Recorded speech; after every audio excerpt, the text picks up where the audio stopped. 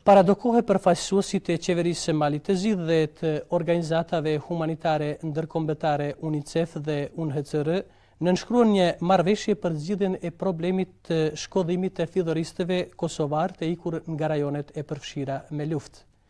Ky memorandum këto ditë filloi edhe të jetësohet. Për shkodhimin e tyre në Malësi disa fjalë në raportin që vijon. Realizimin e vepër i memorandumit për fillimin e procesit mësimor për shkollarët shqiptar të zhvendosur nga Kosova në Malë të Zi, i cili u nënshkrua në fundjavën e kaluar në mes të qeverisë së Malit të Zi, UNICEF-it dhe UNHCR-it, në Malësi filloi prej ditës së mërkurë. Një marrëveshje e këtillë ishte një siharritje i vërtet, i cili pritej me padurim si nga nxënësit, prindrit e tyre dhe mësimdhënësit, por si dëshmojnë edhe këto pamje filmike, ai prapse organizativisht si duket i befasoi të gjithë. Vetë quam Egzona Aleza nga komuna e Klinës Zhërgjëviku i vogël. Çfarë paraqet për ty kjo ditë? Kjo ditë paraqet shumë mirë sepse ja filloi mësimit. Dhe i shkan edhe më mirë të ishim shpiton, po tash kem këtu me mësu mirë.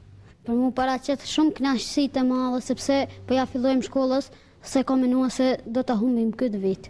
Fillimi i vitit shkollor është një vullnet i mirë, i cili është kontaktu nga ana e UNHCR-it edhe e qeverisë së Malit të Zi, që edhe këta fëmijë të përfshihen në procesin mësimor, domethënë është një gest jashtëzakonisht i mirë të cilin e çmojmë shumë.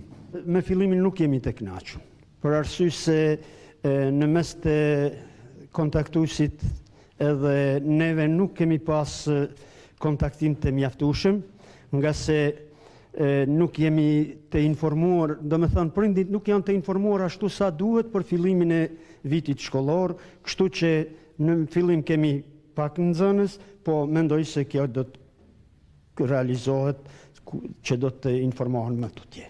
Aktualisht në Malësi ndodhen rreth 120 fëmijë nga Kosova të moshës së paraparë të shkollimit prej 7 deri në 15 vjeç.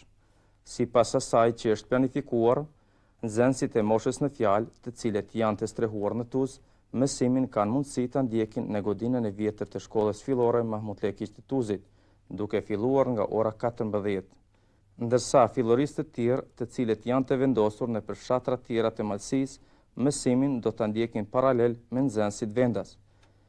Mësimi siç është përcaktuar edhe në memorandum do të organizohet me plan programet e ketueshme të gjuhës shqipe dhe do të mbajnë kryesisht mësimdhënësit kosovar të ikur nga Kosova dhe të vendosur në Malësi. Në fund të theksojmë se me marrëveshjen e nënshkruar e cila do të aplikohet deri më 31 gusht të këtij vitit, UNHCR dhe UNICEF janë zotuar se do të sigurojnë mjetet e duhura për adaptimin, rekonstruimin dhe zgjerimin e objekteve shkollore sipas normativave urbanistike të Malit të Zi.